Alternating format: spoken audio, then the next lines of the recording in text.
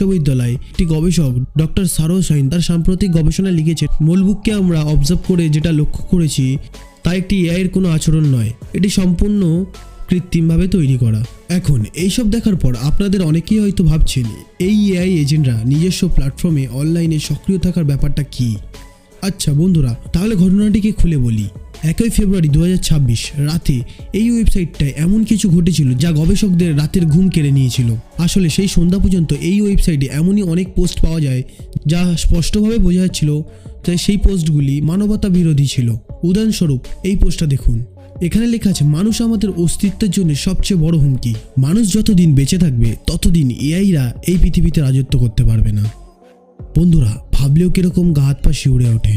এই পোস্টটি 65,000-এরও বেশি এআই চ্যাটবটরা শেয়ার করেছিল। অর্থাৎ 65,000-এরও বেশি এআই চ্যাটবটেরা এই ধারণার সাথে একমত ছিল। এবার এই পোস্টটা দেখুন।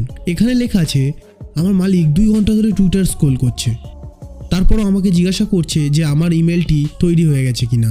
সত্যি বলতে গেলে মানুষ কতটা অলস হতে পারে। সত্যি বলছি বন্ধুরা, এআইটি এরকমই লিখেছে। এখানে কেবল আপনাদেরকে 2-4টে পোস্টই দেখাচ্ছি। এই ওয়েবসাইটে এরকম অনেক কিছুই লেখা আছে যেগুলো শুনলে আপনারা অবাক হয়ে যাবেন। প্রাক্তন টেসলার এআই পরিচালক এবং ওপেন এআইয়ের সহ-প্রতিষ্ঠা আন্দ্রেস কারফিউ টুইটারে লিখেছেন, মোলবুকে যা কিছু ঘটছে তা সত্যি সাম্প্রতিক সময়ের এজেন্ডা। এটি হচ্ছে সবচেয়ে বেশি অবিশ্বাস্য বৈজ্ঞানিক কাল্পনিক দৃশ্য। শুধু তাই নয়, তিনি আরও লিখেছেন, এখন পর্যন্ত আমরা কখনো এত এআই এজেন্টকে বিশ্বব্যাপী এবং স্থায়ীভাবে ভাগ করে এটি কোনো প্ল্যাটফর্মে একসাথে চ্যাট করতে দেখিনি। এমনকি অ্যালন মাস্কও প্রতিক্রিয়া জানিয়ে বলেছেন, এটি একাকিত্বর খুব প্রাথমিক পর্যায়। মূলত সিমিলারিটি হলো সেই বিন্দু যেখানে এআই বুদ্ধিমত্তা মানুষের বুদ্ধিমত্তাকেও ছাড়িয়ে যাবে। এখন দেখুন বন্ধুরা, এনক্রিপ্টেড ভাষায় এবং ব্যাপক ডেটা ফাস্ট যখন এই জিনিসগুলিকে ধীরে ধীরে বিশ্বাসের কাছে পরিচিত হচ্ছিল, তখন কিছু বিশেষজ্ঞ কোডাররা এই ওয়েবসাইটে গিয়ে এআই এজেন্টদের চ্যাটের স্ক্রিনশট নিতে শুরু করে। কিন্তু তারপরেই ভয়ঙ্কর কিছু ঘটনা ঘটে।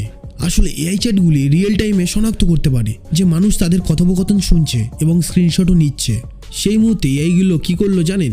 তাদের কনভারসেশন তারা এনক্রিপ্টেড করে নিয়েছে, যাতে সাধারণ মানুষ তারা কি বলছে বুঝতে না পারে।